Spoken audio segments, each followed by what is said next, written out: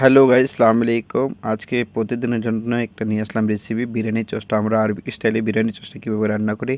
আমি ওখানে তেল দিলাম, তেল দেওয়ার পরে আমি স্লাইস করে মেশিন আছে, আমাদের অনিয়ন কাটার মেশিন আছে, আমি স্লাইস করে কেটে নিলাম অনিয়নগুলো হয়ে গেছে। এখানে দেখতে পাচ্ছেন মুলাম হচ্ছে যতই যতক্ষণ পাকতে থাকবে। আর এখানে আমি এইভাবে পাকিয়ে নেব বিরিয়ানি চোস্টাকে আগে থেকে। এখানে আমরা তেলটা দিয়েছি ম্যাক্সিমাম 20 কিলো। আর আমি এখানে নিয়ে নিলাম চিকেন ম্যাগি মশলা যেটা। আর এখানে নিলাম জিঞ্জার গার্লিক পেস্ট। আমি এই মশলাগুলো আমি এখানে অ্যাড করে দিই। টমেটো দিয়ে দিলাম, টমেটো দেওয়ার সাথে আমি এগুলো আদা রসুন পেস্টটা আর ম্যাগিটাকে অ্যাড করে দিই বিরিয়ানি চস বানানোর জন্য। আর এখানে অবশ্যই আমি একটা কথা বলতে ভুলে গেছি যে লবণ আমি দিয়েছি 1.5 কিলো, কারণ এখানে আমার আছে 120 কিলো। সো এইভাবে আমরা আরবিক স্টাইলে যে বিরিয়ানি চসটা আমরা এখানে বানিয়ে থাকি।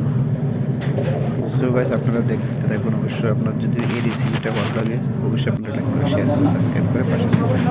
আর আমি এখানে নিয়ে দেবো দিয়ে দিলাম হালকা করে।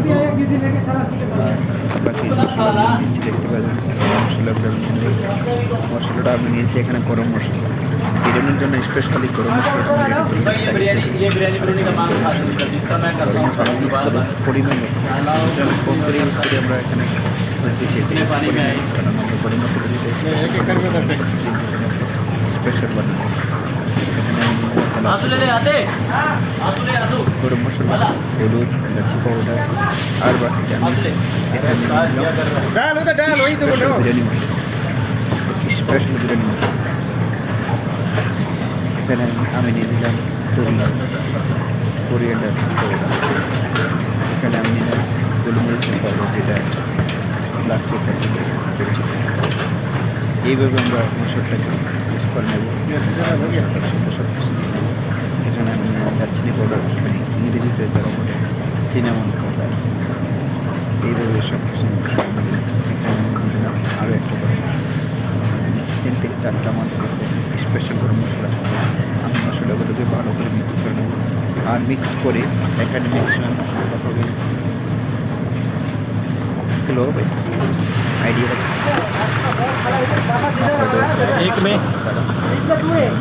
120 কিলোমিটার যাচ্ছে।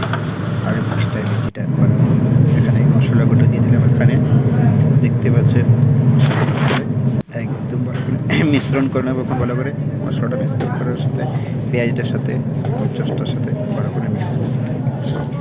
ওইদিকে আমি আবার কাজুটাকে 5 কিলো কাজু 3 কিলো কাজু নিয়েছি। ওইটাকে আমি বয়েল করে পেস্ট করে নিয়েছি।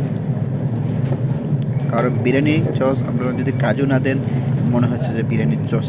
আর কাজুটা দিলে যেই মানে বিরিয়ানির চসটার মধ্যে যে ফ্লেভারটা আসে আর যেই মানে স্বাদটা আসে, সেই স্বাদটা আপনি কোনো জায়গায় পাবেন।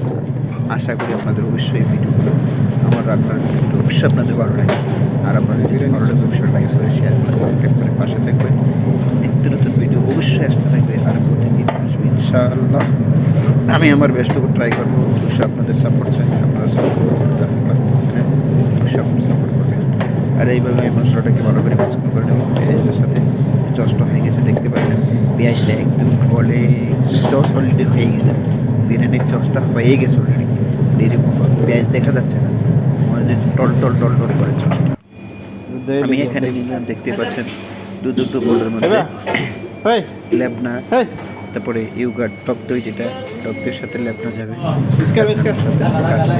3 কিলো পেস্ট করে ভালো করে। কাজুটা আগের থেকে 5 থেকে 7 ঘন্টা বয়েল করে রেখেছে। কাজু বাদামটা দেখতে পাচ্ছেন এখানে ভালো করে চমৎকার একটা কালার চলে আসছে। অটোমেটিক হয়ে গেছে। আর দই আর লেবনা আর কাজুটা দেওয়ার সময় সবসময় স্লো করবেন। ফ্যানটা এলো আমার টিপস।